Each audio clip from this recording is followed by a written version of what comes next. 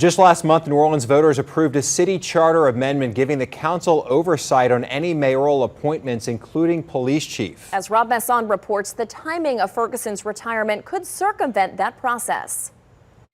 She's a lifelong New Orleanian who says crime often confines her to home. Do any of them go out at night?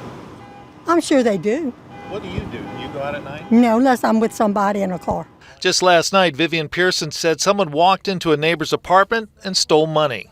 He called the police, and they just never showed up. Now comes word 4-year Superintendent Shaun Ferguson will step down in a few weeks, just days after Councilmember J.P. Morrell called for his replacement. I do think we've reached a point where, like many things in the city of New Orleans, the functionality of government is tied to the competency of mayors. And if you've got a great mayor, you get a great police chief sometimes. If you get a bad mayor, you get a bad police chief, or somewhere in between. Councilmember J.P. Morrell has made no secret about his desire to change leadership at NOPD, but he says if such a change were to happen right now, it could be problematic. Morrell says the mayor's newly appointed chief could avoid council appointment oversight, as approved by New Orleans voters just last month and set to kick in at the first of the year.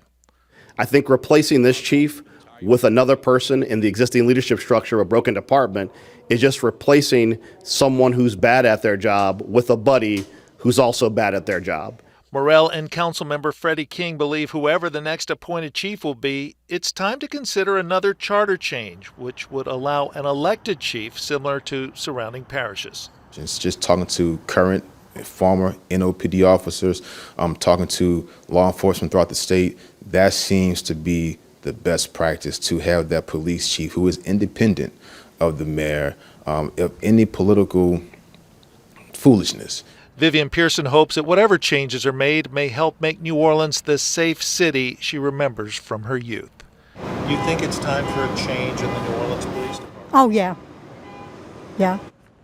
And Council President Helena Moreno calls for the City Council to confirm the next chief as endorsed by the voters. She's also calling for a national search for a new permanent police chief. Meg? All right, Rob, thank you. Ferguson was sworn in as superintendent in January of 2019. He took over for former superintendent Michael Harrison, who left the NOPD to lead the Baltimore Police Department. Ferguson joined the NOPD in 1998. His first commander assignment was in the 4th District, which polices Algiers. He was promoted to that job in March of 2014. He also worked for a time as a supervisor in the Homicide Division. Other city council members weighed in on what they expect in the future appointment process and who the mayor might be considering. Caitlin Rust has more.